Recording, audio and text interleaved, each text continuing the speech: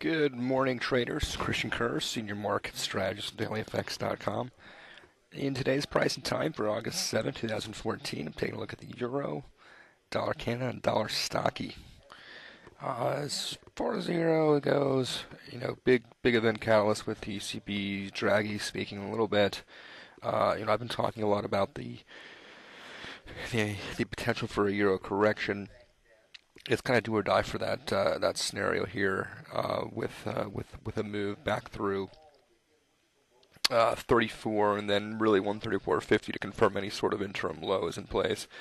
On the downside, the 133 area is really significant support and a major attraction zone, and I really need to see kind of a close, ideally weekly close below that to kind of signal that we are indeed setting off another down leg or another phase lower in the euro without any sort of meaningful corrective phase. In Dollar Canada, yesterday we had a nice little reversal right off the 261.8% projection of the early July move. So there's a nice symmetry there. Cycle-wise, it's not as nice as I would see. So there's not quite the great timing. But if we do get a broader dollar correction, then I could see it getting swept into that. Kind of on the in terms of support levels there, 108.70 or thereabouts is kind of the first interim near-term pivot that I would need to see taken out to kind of make me start looking at dollar CAD from a more bearish point of view. But in terms of cycles, nothing really until next week in terms of dollar Canada specific stuff. Let's take a look real quick at the focus chart of the day, which is dollar stocky, which is basically the Swedish krona. In dollar stocky, I'm talking a lot about this potential for a dollar correction, especially vis-a-vis the European currencies.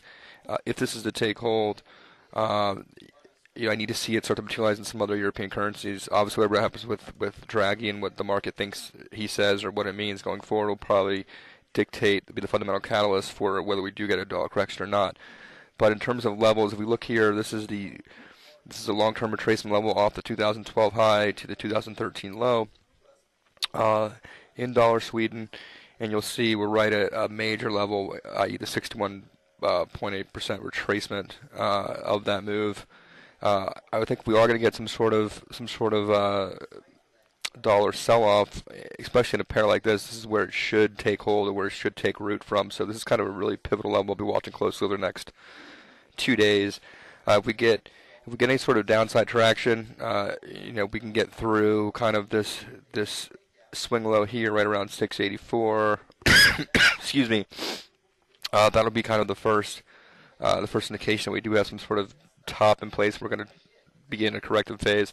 If on the other hand we can't manage a failure here, we just blow right through this, that'll be a very strong sign that the dollar is indeed very, very strong and likely continue to head higher.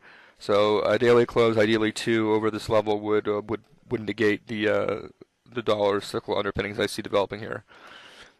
With that, I'll be signing off. Good luck and profitable trading. Christian Kerr signing off.